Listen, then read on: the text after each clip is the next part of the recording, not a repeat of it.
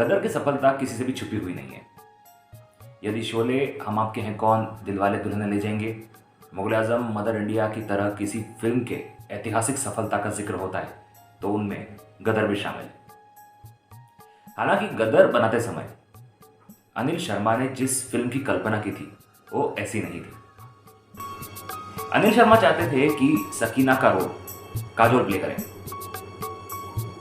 लेकिन काजोल को शायद ये कहानी अपने हिसाब की नहीं लगी। उस जमाने में वे ज्यादातर लव स्टोरीज में दिखाई देती थी, लेकिन गदर एक काफी सीरियस और टेंस फिल्म थी, बल्कि इंडिया पाकिस्तान बंटवारे की वो कहानी कई जगहों पर बेहद संवेदनशील भी थी। शायद इसी के चलते काजोल ने इस रोल के लिए ना कर दिया और अमीषा पटेल सिलेक्ट हुई सकीना के रोल में। इसके पहले अमीषा पटेल कहोना प्यार में नजर आ चुकी थी, लेकिन उसके बावजूद ये माना जाता है कि उन्होंने इस फिल्म के लिए बाकायदा ऑडिशन दिया और उसके बाद अनिल शर्मा ने उन्हें सकीना के लिए सिलेक्ट किया। आपको ये भी जानकर के हैरानी होगी कि तारा सिंह का रोल सनी देओल से पहले अनिल शर्मा ने ऑफर किया था कॉमेडी किंग और एंटरटेनर नंबर 1 गोविंदा को, लेकिन उस जमाने में वे केवल कॉमेडी फिल्में ही कर रहे थे। तो जोड़ी नंबर 1 या क्योंकि मैं झूठ नहीं बोलता जैसी स्क्रिप्ट्स करते समय शायद उन्हें गदर उनके हिसाब की फिल्म नहीं लगी और उनसे भी बात नहीं बन पाई। और यहां पर एंट्री होती है हमारे ओरिजिनल तारा सिंह की, यानी कि सनी देओल। और शायद नियति को भी यही मंजूर था कि आज 22 साल के बाद यदि तारा सिंह के रोल में और सकीना के रोल में हम किसी को याद रखें तो वो केवल और केवल सनी और अमीषा हो। गदर की कहानी एक रियल लाइफ इंसिडेंट से भी इंस्पायर्ड है। भारतीय सेना के पूर्व सिख अफसर बूटा सिंह, इनका किरदार काफी कुछ तारा सिंह के जैसा है। असली कहानी यह है कि बंटवारे के वक्त बूटा सिंह और जैनब ने शादी की, लेकिन बाद में कुछ कारणों के चलते जैनब को पाकिस्तान जाना पड़ा और उन्हें फिर वापस लाने के लिए बूटा सिंह पाकिस्तान गए इल्लीगली। और इसी कहानी को लूजली इंस्पिरेशन के रूप में यूज किया गया यहां पर गदर में। इसी प्रेम कहानी पर कई फिल्में बन चुकी हैं, जिनमें से एक बहुत ही महत्वपूर्ण फिल्म है पंजाबी सिनेमा की शहीद-ए-मोहब्बत, जो साल 1999 में प्रदर्शित हुई। तारा सिंह और सकीना के बेटे का किरदार निभाने वाले, यानी कि जीते का किरदार निभाने वाले कोई और नहीं है, उत्कर्ष शर्मा है, जो कि इसी फिल्म के डायरेक्टर अनिल शर्मा के सुपुत्र भी हैं।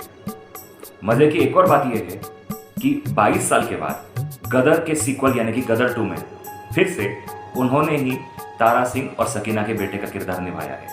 उत्कर्ष शर्मा ने कुछ साल पहले हिंदी सिनेमा में भी अपना डेब्यू किया था फिल्म जीनियस के साथ। उसे भी निर्देशित किया था उनके पिता यानी कि अनिल शर्मा ने ही। क्योंकि गदर एक प्रेम कथा में कुछ पाकिस्तान के दृश्य फिल्माए जाने बेहद जरूरी थे, खास करके हिंदुस्तान जिंदाबाद या फिर कुछ रोड सीक्वेंसेस जहां पर जोरदार एक्शन देखने को मिलता है।